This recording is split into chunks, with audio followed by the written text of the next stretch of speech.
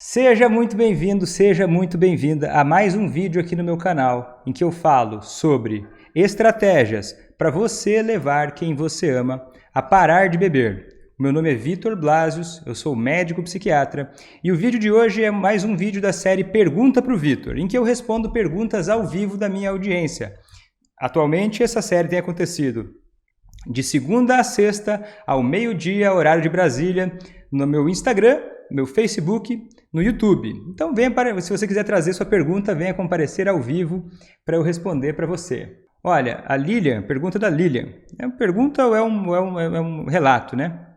Seguinte, ela fala o seguinte: meu problema é álcool e drogas com o meu filho de 20 anos. Ele compunha música, era ativo e agora é triste e sem vontade. Tocava vários instrumentos. O que acontece? Então o filho dela, ele tinha um hobby, né? Ele tinha, talvez, não sei se era uma profissão, ele compunha músicas, era ativo, era uma pessoa que tinha ali seu desempenho numa atividade importante para ele e começou a usar álcool e até drogas e ele começou a ficar sem vontade de fazer as coisas. Isso é o quê? É um sintoma a mais do alcoolismo, né? Do alcoolismo, da dependência. O que acontece? A pessoa começa... É mais uma das razões do porquê isso é uma doença, né? Não necessariamente isso acontece com todos, mas pode acontecer com muita gente de não conseguir ter um bom desempenho em outras áreas da vida. A vida vai começando a ficar voltada para uma única coisa. A atenção da pessoa começa a ficar voltada para uma única coisa. É como se fosse, vamos dizer, o filho dela é músico, né? É como se agora que ele começou a tocar parabéns para você. Ele foi numa festa, começou a tocar parabéns para você. E daí nessa festa, em que ele tocou parabéns para você, era um aniversário de uma pessoa que ele gostava muito. E a plateia toda aplaudiu, gostou muito da performance dele, e ele começou a gostar muito e associar ao prazer que ele sentiu naquela noite a tocar a música parabéns para você. Essa é uma metáfora para beber. O que acontece? A pessoa começa a beber. E isso começa a ativar o sistema de recompensa cerebral e essa pessoa começa a ter uma sensação de prazer ou de alívio. E daí o cérebro dela entende que esse comportamento deve ser repetido. Essa pessoa então associa beber ao prazer ou ao alívio da dor. E aí, com o hábito se repetindo, esse é o comportamento automático. Sempre que ela quiser se sentir melhor ou aliviar uma dor ou sentir mais prazer, ela vai buscar repetir esse comportamento. É como se fosse um músico que sempre toca parabéns para você. Parabéns para você não é uma música necessariamente que para todos vai ser ruim em todas as situações. Só que se um músico só toca parabéns para você, numa festa de 15 anos, parabéns para você, num casamento, parabéns para você, num velório, parabéns para você, começa a sair de contexto, começa a sair do prumo. Então, esse repertório, e isso que é a dependência do álcool vai causando isso, vai diminuindo o repertório da pessoa para outras atividades que possam trazer bons resultados. Então é por isso que muitas vezes a pessoa acaba bebendo álcool e deixando de lado outras coisas que são importantes para ela, porque ela vai se realimentando do impacto a curto prazo. Do impacto a curto prazo. E é por isso também que se deixar a pessoa parar de beber sozinha, tende a demorar muito mais tempo. Porque essa motivação para a pessoa parar de beber é a motivação para mudar de comportamento. É a motivação que o ser humano tem para mudar um hábito, né? É uma doença e um hábito ao mesmo tempo. E daí quando esse hábito não muda, por quê? Porque ele está muito responsivo a curto prazo. E as pessoas ao redor, né, um familiar, por exemplo, olha, você que é a mãe dele que mandou essa pergunta, se você começar a entender como trazer esse impacto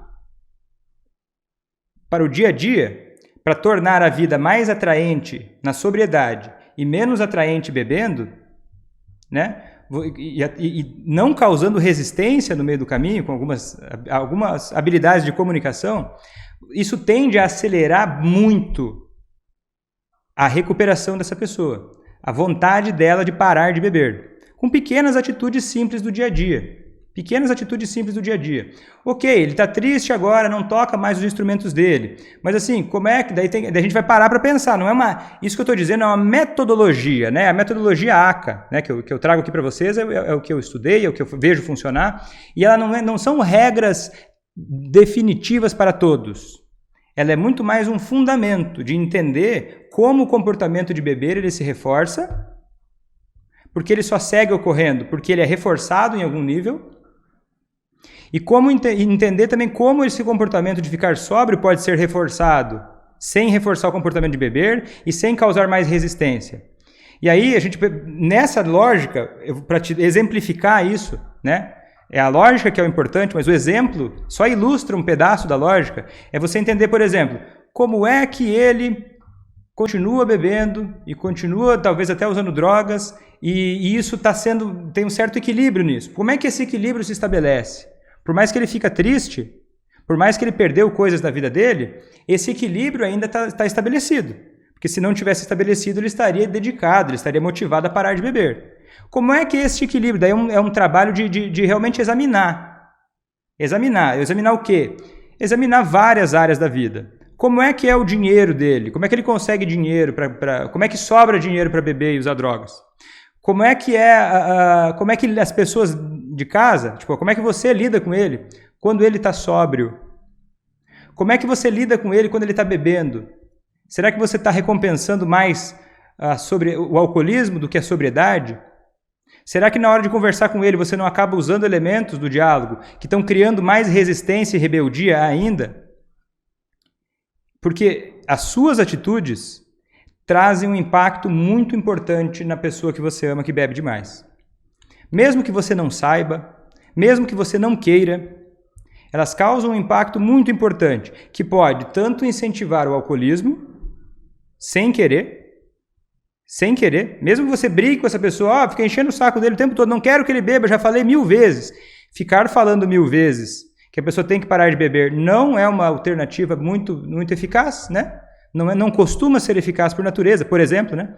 Como é que você se relaciona com essa pessoa durante a embriaguez e como é que você se relaciona com ela durante a sobriedade? Se você está conseguindo incentivar a coisa certa sem causar resistência. Fazendo isso direito, o que acontece? Quando o familiar entende como fazer isso e aplica isso no dia a dia, o que tende a acontecer? Um problema de alcoolismo que talvez fosse levar 20 anos para melhorar, para essa pessoa começar a querer parar de beber, pode ser antecipado essa vontade de parar de beber, essa motivação para parar de beber, de semanas a meses. Tá? Isso é uma informação técnica e científica. Quando a família sabe, pelo menos um membro da família entende como lidar com o alcoolismo e começa a atuar para criar motivação no alcoolista em parar de beber, para incentivar mais a sobriedade do que o alcoolismo, o que acontece?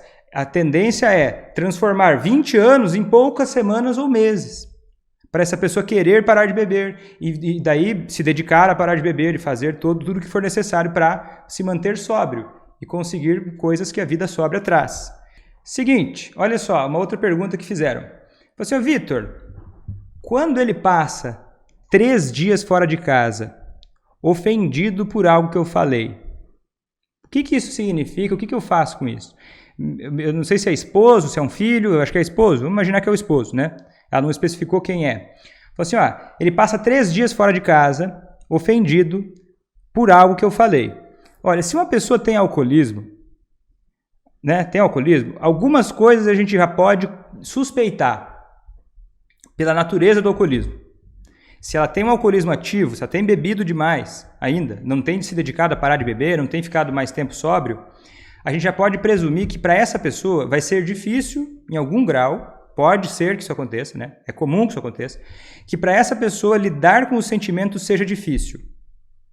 E o que é lidar com os sentimentos? É você resolver as suas questões, as suas diferenças, as suas expectativas, podendo conversar até com a pessoa que você quer resolver esse problema de uma forma mais construtiva, mais madura. Então, o alcoolista, por definição, ele já se espera dele, pela doença até, que seja mais difícil para ele lidar com os sentimentos e lidar com os relacionamentos. Então é o seguinte, por conta do que? A pessoa bebe durante muito tempo, o álcool acaba sendo essa fuga, né? Esse escape. E aí ela vai e resolve tudo meio bebendo, meio fugindo dos problemas. É um padrão comportamental de evitar os problemas. Isso vai deixando a pessoa mais enferrujada para lidar com os problemas. E daí se ele bate de frente com uma situação em que você também tem dificuldade de lidar com os problemas e com as diferenças, o que tende a acontecer? Uma mistura explosiva.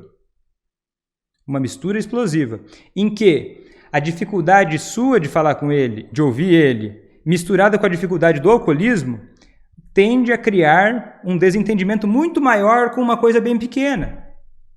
Uma coisa que poderia ser resolvida de outra forma. E aí, quando o alcoolista fica muito frustrado, porque aquela situação ele não consegue lidar, não consegue resolver, o que ele tende a fazer? Se fechar e, às vezes, beber. E quando começa a beber, pode entrar num padrão compulsivo de ficar horas, dias, bebendo, por conta da doença dele. E agora, ele ficou ofendido por algo que você falou. O que é o antídoto para isso, então? É você buscar entender como que esse relacionamento está se estabelecendo, em que as coisas não são resolvidas de uma forma que fique confortável para os dois, que existe essa invasão de que fica normal um ofender o outro, um falar de uma forma muito agressiva para o outro, né? Então, o antídoto para isso é resolver os problemas de formas que fique confortável para os dois, né? Ouvir mais, entender mais, expressar aquilo que você quer de formas que não sejam, que diminuam, com menos chance de ele se sentir ofendido. Entender o que ele pensou, porque às vezes ele interpretou errado uma coisa que você falou, às vezes a falta de clareza também pode trazer uma ideia de que, olha, essa pessoa está me ofendendo, né? Então tem que ficar atento a essas coisas, porque parece, o alcoolista não se importa com nada mesmo, daí você vai tratando ele com desprezo, com agressividade, ou de uma forma incoerente, e isso tudo é alimento para a doença. Alimento para o alcoolismo. O alcoolismo, ele é uma doença que se alimenta das dificuldades de comunicação das pessoas ao redor. Se alimenta da dificuldade de lidar com os próprios sentimentos das pessoas ao redor. E ele vai se alimentando e levando a pessoa que bebe a beber mais ainda. E você, vendo isso acontecer, frustrado com o que está acontecendo, se você não cuidar com isso, você vai dar alimento para o inimigo. E não começar a buscar formas mais produtivas de resolver os problemas que possam levar em consideração as necessidades de ambos, né? Porque daí você, inclusive, fazendo isso, você cria um ambiente de mais reflexão sobre o que está acontecendo. Peraí, olha, você ficou ofendido pelo que eu falei para você, tal, isso realmente é ruim, né? É ruim. Não é interessante que você se sinta ofendido quando a gente vai conversar sobre algo, porque se nós queremos manter um relacionamento, não é interessante que você se sinta ofendido.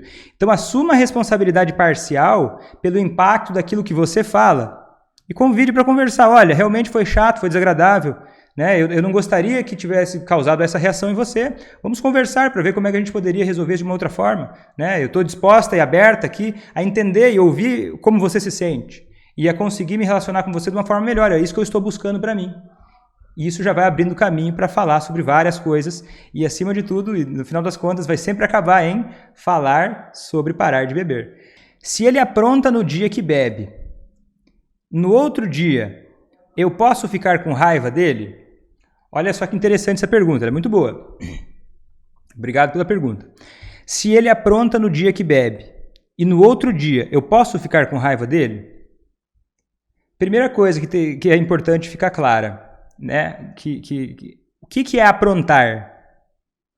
O que ele aprontou?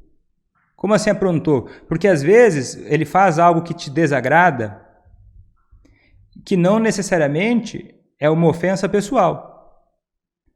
Pode ser que ele bebeu muito num dia, ele falou que não ia beber, e daí, vamos dizer assim, pode ser que foi um tropeço dele, pode ser que foi um lapso dele, pode ser que foi algo da doença dele, não sei. O que é aprontar?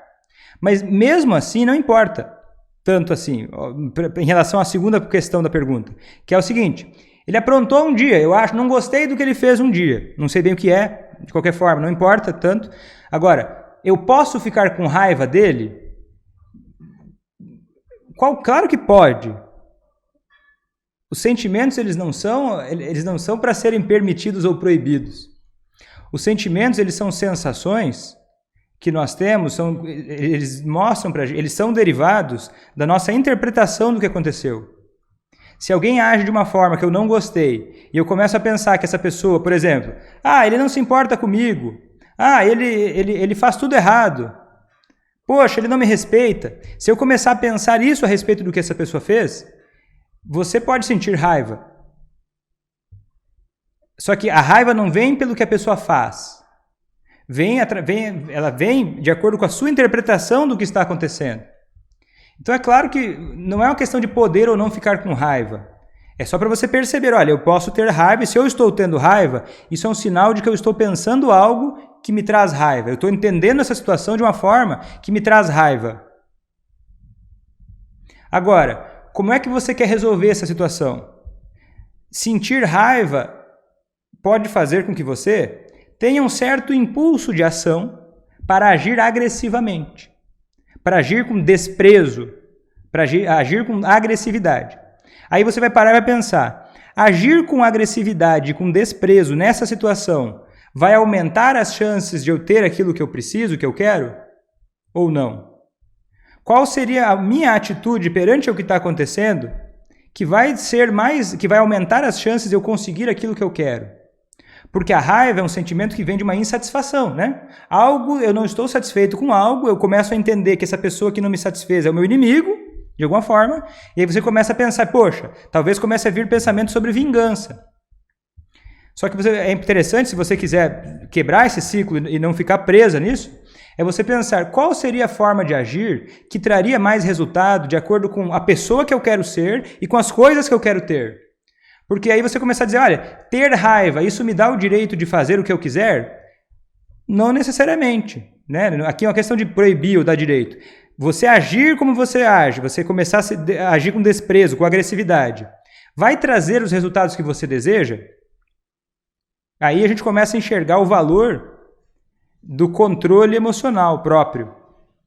Porque se você se der o direito de sempre agir conforme o impulso da emoção do momento, e você começar sempre a agir de acordo com o impulso, tô com raiva, eu xingo, tô com raiva, eu brigo e discuto e desprezo, mesmo que essas atitudes não tragam aquilo que eu desejo para a minha vida, mesmo que essas atitudes não sejam as atitudes que eu gostaria de adotar, aí você está precisando, de fato, enxergar, né, observar a necessidade de lidar melhor com as suas emoções para que o seu comportamento esteja alinhado com o tipo de pessoa que você quer ser e também em relação ao tipo de resultados que você quer ter na sua vida. Porque não adianta nada porque os sentimentos que nós temos, eles nunca são causados por uma outra pessoa. Uma pessoa não é capaz de me fazer sentir raiva. Eu sinto raiva porque o jeito que aquela coisa que ocorreu, aquela coisa que me disseram me afeta, aí começa a entrar os meus pensamentos, a minha forma de lidar com as situações, e aí eu vou sentir raiva. A mesma situação pode dar raiva para uma pessoa e não dar para outra. E a mesma pessoa pode sentir raiva de uma situação e em um outro momento a mesma situação não sentir raiva, de acordo com o que ela estiver pensando, interpretando daquilo. Então, é interessante você se responsabilizar pelos seus sentimentos e necessidades, para você não se perder nisso e você poder cuidar de si e cuidar dos seus comportamentos para que eles levem aos resultados que você deseja. Olha só, sou uma vítima do alcoolismo do outro e hoje ajo com indiferença. Olha que interessante. Quando uma pessoa se coloca como vítima do alcoolismo do outro, o que ela faz imediatamente? Olha o processo que acontece. Olha, o outro faz uma série de coisas pela doença dele. Ele faz uma série de coisas que eu não gosto, que me frustram. E eu fico insatisfeita com o que acontece com o outro. E olha, você tem faz todo sentido. Você pode se sentir insatisfeita, você pode se sentir desanimada, você pode sentir o que você puder, você pode sentir o que você quiser, o que você puder. Só que é o seguinte, tudo aquilo que você sentir é responsabilidade sua. E a forma que você vai reagir a isso é responsabilidade sua. Eu não estou dizendo aqui que você não pode ser vítima de nada, nunca de alguém. Se alguém te assalta na rua, você pode ter sido vítima de um assalto. E isso pode ser muito desagradável, né? Agora, se você assumir o papel de vítima, agora eu sou vítima, olha, eu fui assaltado, eu assumo a identidade de vítima eterna. Eu agora começo a não fazer o que eu preciso fazer na minha vida, eu começo a não tomar atitudes responsáveis e maduras, e eu começo a me colocar numa situação de passividade, em que eu não me responsabilizo mais por mim. O que acontece? Olha que mecanismo que acontece. Isso traz um alívio. Porque na medida em que eu sou uma vítima do que acontece comigo, eu não tenho mais responsabilidade por agir, então eu não preciso mais fazer nada. Aí eu espero que o mundo me leve para um lugar melhor. Mas como nós estamos falando aqui de adultos, você se enxergar como uma vítima das situações e não como uma protagonista da sua própria vida, o que vai acontecer? Você vai continuar girando no ciclo do alcoolismo do outro. Porque daí vira o ciclo das desculpas, né? Ninguém se responsabiliza por mais nada. O alcoolista começa a não se responsabilizar por beber. Ah, eu tive muita vontade de beber, por isso eu bebi. Ah, eu tenho uma doença, por isso eu bebi. Aí ele começa a se enxergar como vítima também da doença dele, aí você é vítima dele, e aí o que acontece? Esse alívio imediato que essa posição dá, vai fazendo a vida ficar miserável, vai fazendo a vida ficar pobre, desconfortável. E vai fazendo você achar que, olha, já que eu não sou vítima, eu não preciso me preocupar em melhorar, não preciso me preocupar em fazer mais nada, eu não preciso mais assumir a responsabilidade da vida adulta. Percebe? Então, daí eu ajo com indiferença. Eu sou uma vítima, eu ajo com indiferença. A gente não é obrigado a plantar na vida. Ninguém te obriga a agir com o alcoolista que você ama, que você convive, né? De nenhuma forma, você não é obrigado. A forma que você vai agir com ele é uma decisão sua. É um compromisso seu. Ninguém é obrigado a plantar. Agora, a gente é obrigado a colher o resultado disso. Se eu planto uma coisa que ela não é boa, se eu tomo atitudes que não levam ao resultado que eu desejo, eu não vou colher uma coisa boa, né? O plantio é opcional. Agora, a colheita é obrigatória. Porque a gente até pode fazer isso. Qualquer um pode responsabilizar o mundo pela sua infelicidade, pela sua insatisfação, pelos seus descontentamentos. Só que fazer isso tira de você todo o poder de mexer com a sua própria vida. E você é a pessoa que tem poder para mudar a sua vida. Se você tira isso de você, você se coloca na mão do outro. Completamente na mão do outro. E aí, como é que você vai fazer? Como é que você vai liderar? Não lidera nem a própria vida. Não está nem querendo liderar a própria vida. Porque uma vítima, ela não deseja liderar a própria vida. Então, ela só vai conseguir sair disso na medida em que começar a pensar, tá, o que eu preciso fazer para a minha vida melhorar? E passar a buscar consistentemente fazer o que é necessário. Se responsabilizando pelo que quer, se responsabilizando pelas reações que causa com o próprio comportamento, fazendo o que for necessário para ter uma vida melhor. Né? E daí esse tipo de postura, consciente sobre a própria vida, consciente sobre o impacto no outro, né? Sobre essa responsabilidade, sobre como lida com os outros e com a vida, que vai te dando condições de você poder fazer o alcoolista que você ama parar de beber. E daí ter uma vida muito melhor para você e para sua família. Né? Tenho na minha família marido e 2 filhos que bebem e não consigo lidar com a situação. Sempre me colocam como culpada da situação. Me sinto impotente. Eu tenho um marido e 2 filhos que bebem e não conseguem lidar com a situação. Eles sempre colocam ela como culpada da situação e ela se sente impotente. Como fazer para ter abertura para o diálogo se ele não quer parar de beber e não aceita tratamento? É que olha só que interessante essa dinâmica. Vamos ver se eu consigo falar disso. É um pouco ampla, né? Mas vamos tentar trazer algum fio da meada aqui. Seguinte, olha só. Como ter abertura para diálogo se ele não quer parar de beber e não aceita tratamento? Olha, uma coisa que você já me disse, olha a minha hipótese aqui. Se ele o marido e os filhos, culpam você pelo que está acontecendo, e ele daí não aceita fazer tratamento para parar de beber, o que você pode fazer? Ouvir. Ah, é? Você sente que a culpa é minha. Ok, entendi. Você sente que a culpa é minha. Essa é uma opinião que você tem. Eu não preciso concordar com o que você diz. Mas eu posso te ouvir. Mesmo não concordando, eu posso te ouvir. Então diga mais. Como é que você diria que eu sou culpada? Sou culpada como? Ah, e ouve, de verdade. Sem se defender. Ouve. Escuta. Você diria que eu sou culpada de que forma? O que você faz que eu posso estar contribuindo, sem querer, né? Para a sua infelicidade? Porque se você está dizendo assim, que eu sou culpado da situação, eu torno a vida de vocês de alguma forma difícil, o que acontece? Que daí, é isso que eu faço, piora as coisas de vocês. Faz com que vocês bebam até mais. Então é o seguinte, eu quero ouvir, deixa eu entender melhor isso. E aí você vai abrindo já o diálogo. Você é culpada porque você faz isso e aquilo. Você começa a ouvir. Então você pensa isso. E você se sente desconfortável com isso, né? Você está até me dizendo, olha, você não gosta de algo que eu faço, isso te traz um impacto negativo. E aí você conversa sobre isso. Então, e como é que você se sente sendo assim o que está acontecendo?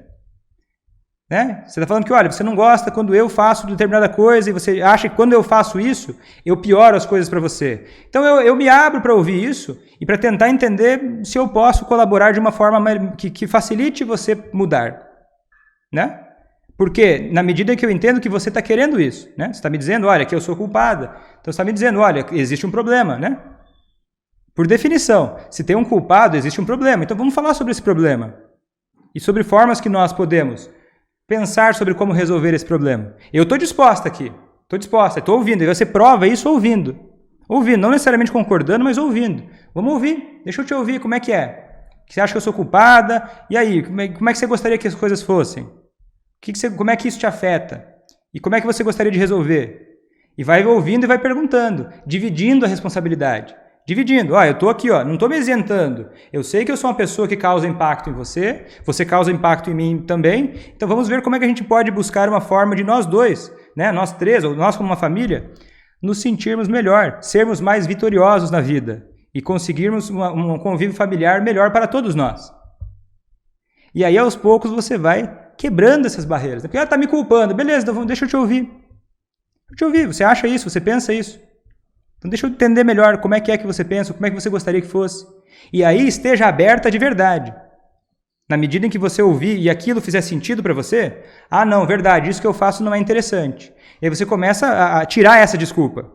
Essa desculpa você tira. Olha, nem que ele venha com outras desculpas, mas essa você tira. E aí você vai deixando ele entrar em contato com o que está acontecendo, de uma forma mais que ele possa refletir também, eles, né? Possam refletir sobre o que está acontecendo e dividindo essa responsabilidade.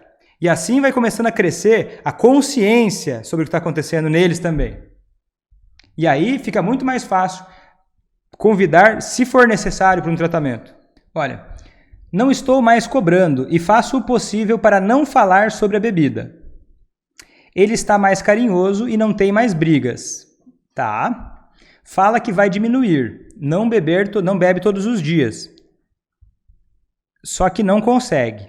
Olha só, vem cá. Vem cá.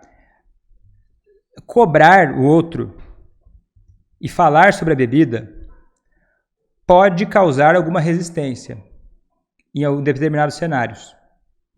Você deixar de cobrar, e você deixar de falar sobre a bebida pode diminuir as brigas.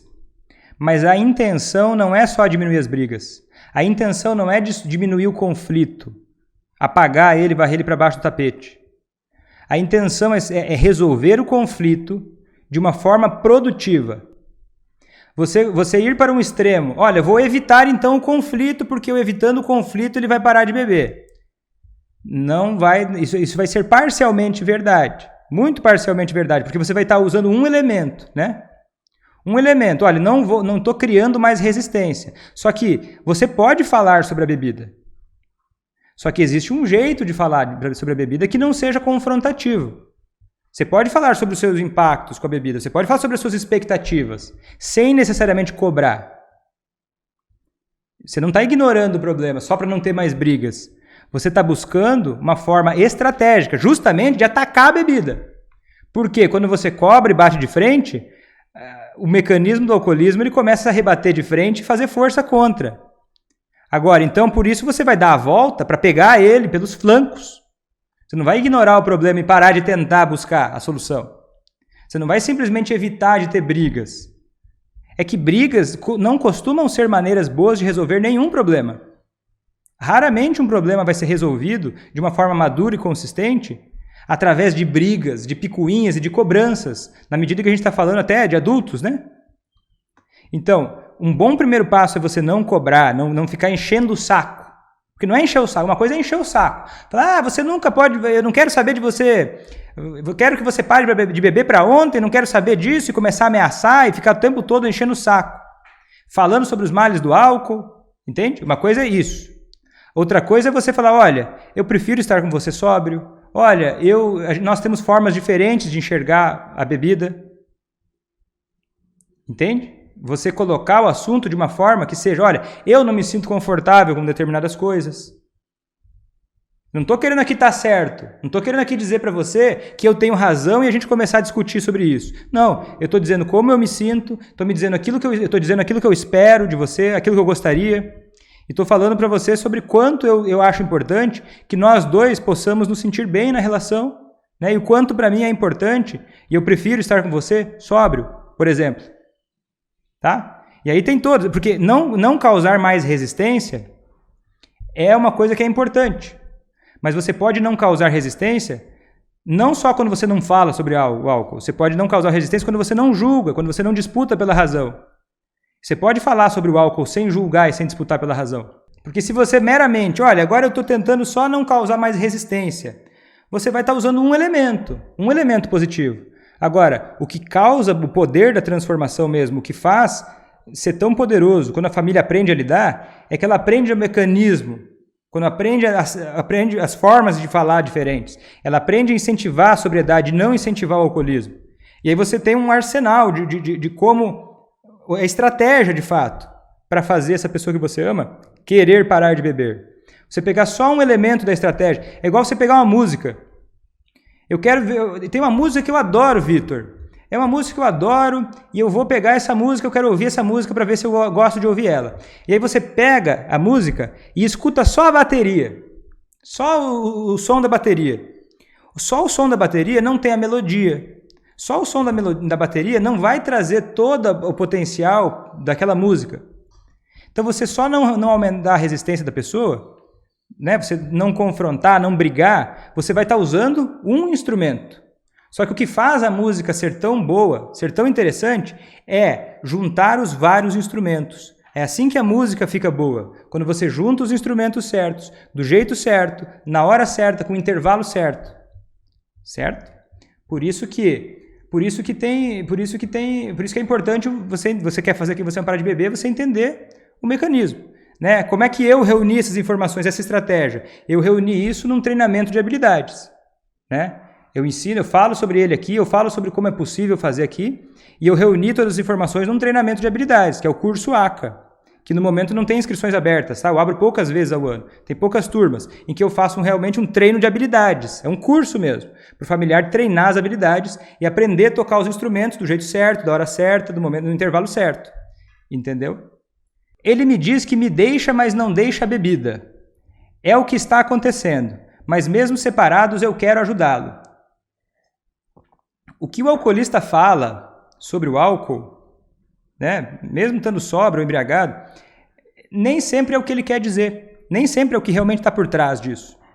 As pessoas podem falar qualquer coisa, falar da boca para fora, eu quero beber até morrer, eu gosto de beber, eu prefiro beber do que ficar com você. São manifestações que não necessariamente, tá, e a maior parte das vezes elas não correspondem com a realidade. Essa é uma típica frase de alguém que está resistente a parar de beber.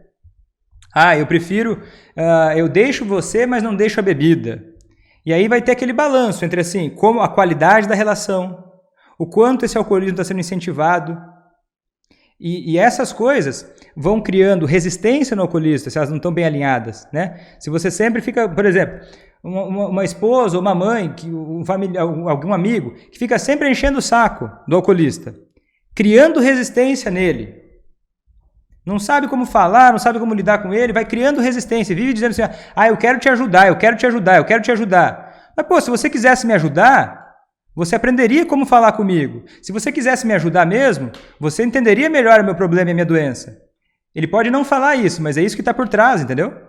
Mas eu estou te falando, é a minha intenção de te ajudar. Só que intenção de ajudar não é suficiente. Vontade de ajudar não é suficiente. Você precisa do quê? Fazer, por exemplo, eu tenho muita vontade de aprender a tocar uma música. Não é suficiente. Você precisa aprender a tocar os instrumentos. Né? Você pode até tentar de uma forma autodidata. Mas a música só vai sair boa quando você executar da forma correta aquilo que você aprendeu. Entendeu? E aí você vai conseguindo, executando da forma certa, você vai conseguir diminuir a resistência, você vai conseguir criar interesse nessa pessoa em parar de beber. Só que assim, é o simples que não é fácil. É o simples que não é fácil. É simples. Dirigir um carro é simples, mas não necessariamente é fácil. Aprender uma nova habilidade, né? Tipo, sei lá, aprender a dirigir um carro é simples. Só que no começo pode exigir um pouco de treinamento, né? Pode exigir um pouco de dedicação para isso. A Márcia está falando assim, ó, na prática tem que ter paciência, buscar meios e ter empatia. É verdade. Paciência, buscar meios e ter empatia. Isso vale para qualquer coisa na vida, né? Qualquer relacionamento. Tem que ter empatia, né? Tipo, eu quero ajudar uma pessoa, mas eu não mostro que eu me importo com ela. Eu não entendo como fazer isso da forma certa. Vale para tudo, né? Não tem um grande segredo da montanha, né? Tipo, um grande segredo. Vitor, olha só, vou te dar um grande segredo. Esse grande segredo que eu vou te dar agora vai tirar o alcoolismo da pessoa que você ama de uma hora para outra, completamente mágico. Olha, dá para ele essas 3 gotinhas às 7h30 da manhã e daí ele nunca mais vai querer parar de beber. Não faz nem sentido isso. Não faz nem sentido isso. Né? E esse tipo de pensamento pode te deixar meio frustrado. Ah, meu Deus, mas se não é assim, parece difícil demais. Não, cara.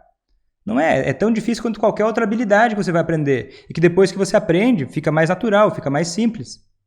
Né? Olha só que ridículo.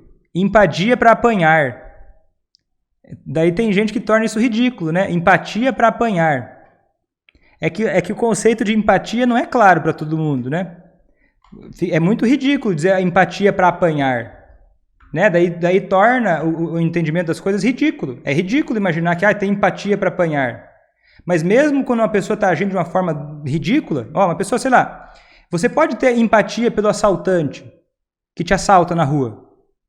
Né? Porque é uma forma de ser vítima de alguém, você foi assaltado. Você pode ter empatia por esse assaltante, entender que de alguma forma a história de vida dele fez ele tomar decisões horríveis na vida dele. Posso ter empatia por ele. Mesmo assim eu posso denunciar ele para a polícia. Mesmo assim eu posso não aceitar aquilo que aconteceu, não me conformar com o que aconteceu. Mesmo assim eu não preciso, eu tenho o direito de me proteger. Né? Mesmo assim eu tenho o direito de me cuidar de mim. Mesmo assim eu estou procurando uma vida madura e saudável para mim. Mesmo assim eu não me rendo. Agora eu sou a vítima desse assaltante que me assaltou várias vezes. Eu posso ter empatia com ele, com uma outra pessoa, sem necessariamente isso ser ridículo. A empatia não diminui o seu autocuidado. Ela aumenta. Na medida que você não tem empatia pelos outros, você não tem empatia com você mesmo. E você vai se tratar mal. À medida que você não tem empatia pelos outros, você tende a tratar os outros mal e se tratar mal. E não entender como resolver as coisas. Porque nenhuma solução, né, que seja consistente vem antes da compreensão. Se eu não entendo o que eu estou fazendo, eu não vou conseguir fazer nada que eu vou fazer. Se eu não entendo a lógica por trás do que eu preciso fazer, e eu quero fazer isso direito, eu tendo a não conseguir fazer isso. Né? Faz sentido? Aí quando distorce a lógica, eu falo assim, Vitor, ter empatia é uma coisa dessa forma ridícula, assim, né? Ter empatia para apanhar. Aí a pessoa torna ridículo e torna muito desagradável a ideia de ter empatia com outras pessoas. E aí como é que, se você pensa isso, Vitor, agora eu vou ter que ter empatia para apanhar do outro, que coisa ridícula. Se você cria esse pensamento ridículo na sua cabeça, como é que você vai querer, como é que você vai desejar crescer na vida? Porque vai parecer ridículo. É a mesma coisa que o alcoolista pensa assim, se eu parar de beber, são os pensamentos, né? A forma que pensa cada coisa. O alcoolista pensar o seguinte, ele talvez tenha na cabeça dele uma ideia de que se ele parar de beber, ele vai ter que virar uma pessoa piegas, né? Vai ter que virar uma pessoa quadrada, vai ter que virar careta. Quem não bebe é careta, quem não bebe é ridículo. Agora eu vou ter que não beber, eu vou virar frouxo. Ou eu vou começar a viver de acordo com as suas regras. Um pensamento. Esse tipo de pensamento que o alcoolista pode ter, ele bloqueia parte do caminho da ideia dele, fica menos atraente na cabeça dele a ideia de parar de beber. E você alimenta essa mentalidade quando você começa a querer controlar a vida dele, entende? E agora, se você tem a mentalidade de que ter empatia, ter paciência, são coisas ridículas, são coisas de pessoas diferentes, são monges budistas do pico do Himalaia, você começa a se desprezar, primeiro que você começa a se diminuir, é um sinal claro de que você não acredita em você, que você acha que você não é capaz de fazer as coisas, e você torna muito desinteressante o caminho que vai levar você a ter resultados melhores na sua vida. Então, cuidado com o que você pensa, porque o que você pensa pode te afastar dos objetivos que você tem. E o que você pensa também pode te manter como o sofrêncio, né? O sofrêncio. Ah, a vida não tem as condições ideais para mim. Ah, a vida é muito difícil. Ah, e o outro está errado. Eu sempre faço as coisas do meu... O meu jeito é certo, e se as outras pessoas não fazem as coisas que eu quero, elas que são as erradas e elas que têm que mudar, eu não tenho que mudar porcaria nenhuma. Essa falta de responsabilidade sobre a própria vida, que dá um alívio imediato, é tão ruim quanto beber. Tão ruim quanto beber, porque dá um alívio imediato. Daí parece para você que é a atitude certa, porque eu me sinto mais confortável achando que eu não tenho que fazer nada para mudar minha própria vida. Colocando os problemas todos nos outros. Nem olho para o que está no meu controle. Parece mais confortável, mas te deixa na lama.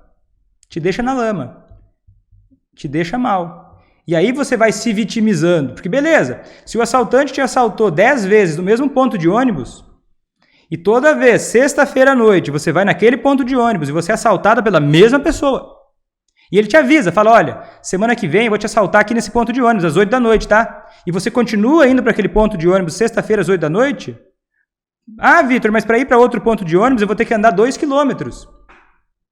Você continuar indo para a mesma situação, do mesmo jeitinho, como se nada fosse, né, esperando, sei lá, um milagre ou uma tragédia, as chances são que você vai ser assaltada de novo.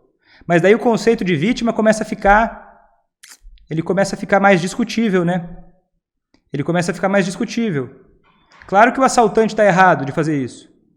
Mas será que você, ser humano adulto, que tem capacidade de fazer diferente, será que não seria interessante você se proteger para diminuir as chances disso acontecer com você no futuro? Não está tudo certo, as pessoas não deveriam assaltar ninguém, não. Isso está errado. Está errado existir um assalto. Está errado. O errado é o assaltante. Só que assim, você vai ficar esperando acabar o problema da violência no mundo, no país, para poder se proteger também? Será que isso não é uma forma também de você se tratar mal? Entende? E você própria, se tratando mal. Né? Será que daria para, né, começando por você, se cuidando e se responsabilizando pelas situações que você se coloca e pelas formas com as quais você reage à vida. Não simplesmente apagando, fechando os olhos para o seu poder acima de tudo, para o seu valor acima de tudo. Porque quando você tira de você o poder e a responsabilidade, você tira de você o valor também. Você começa a se enxergar como uma pessoa que merece esse tipo de coisa. Você não merece. Só que o alcoolista também não merece. O alcoolismo é uma doença horrorosa, que mata, que destrói famílias. Ninguém merece isso. Então não entra por esse caminho de, quem está certo, quem está errado, merecimento, merece se ferrar porque ele fez um monte de coisa errada. Quem acha que merece se ferrar, você acha que busca uma vida melhor para si? Não busca. Vai começando a criar aquela coisa assim, eu não gosto de mim, eu não quero, eu só faço coisas erradas. Ele não busca. Então começa tendo amor próprio e começa enxergando o alcoolismo como ele é. Uma doença horrorosa que ninguém tem culpa, tem responsabilidade. Não é culpa de ter essa doença horrorosa. Tenho empatia pelo meu marido, porém o denunciei por ter me agredido bêbado. Total, não é aceitável isso. Você pode entender, a pessoa está doente, mas tomou uma atitude que é inaceitável. Agressão, pelo amor de Deus. E tem que ser denunciado mesmo. Apesar de gostar, tenho que me respeitar. E mais do que isso, é uma consequência negativa, séria, né? A pessoa começa a te agredir ou tomar esse tipo de coisa, você tem que denunciar mesmo. Isso não é falta de empatia, isso é justamente ter empatia. Eu cuido de mim, olha, não deixo que essa situação insustentável siga acontecendo sem consequências. Isso é também fazer o alcoolista parar de beber. Responsabilizar ele por aquilo que é inaceitável. Agora a família querem que eu retire a queixa, apesar de não ter sido preso. Claro, a família quer a zona de conforto, né? A maior parte das pessoas quer resultados, mas não quer fazer o que é necessário para isso. É mais confortável, muitas vezes, você evitar um conflito e não tentar lidar com ele de uma forma mais produtiva. É mais confortável você xingar o outro e simplesmente colocar ele como o senhor da sua vida. É mais confortável você retirar uma queixa judicial que você fez contra uma pessoa que te atacou. Pode ser mais confortável. Mas, se você tirar as consequências naturais do hábito de beber, você vai tirando também os motivos que existem da vida real para essa pessoa mudar. E você pode receber pressão das pessoas que querem ter uma vida ruim mesmo. Porque ficar vivendo sempre na zona de conforto, economizando aqui uma discussão, deixa eu engolir mais essa, deixa eu meramente engolir mais essa, vai tornar a sua vida miserável. E você não merece isso. Então, se tem gente que quer tornar a sua vida miserável, pessoas que não entendem o que está acontecendo, entra por aqui e sai por aqui. Entra por aqui e sai por aqui. O que você tem que ter convicção daquilo que você quer para a sua vida e tomar atitudes que te levem, compromisso com as atitudes que vão te levar a ter os resultados que você quer para a sua vida. Certo? Então é isso, gente. Foi um grande prazer. A gente continua amanhã, terça-feira, dia 21 de julho, ao meio-dia. Se você gostou dessa live, clique em curtir, convida mais alguém para assistir com você amanhã, alguém que você sabe que pode se beneficiar das informações. E eu vou ficando por aqui até amanhã, meio-dia. Se eu não conseguir responder suas perguntas, vem amanhã de novo, traga ela de novo que eu respondo, certo? E até a próxima e tchau!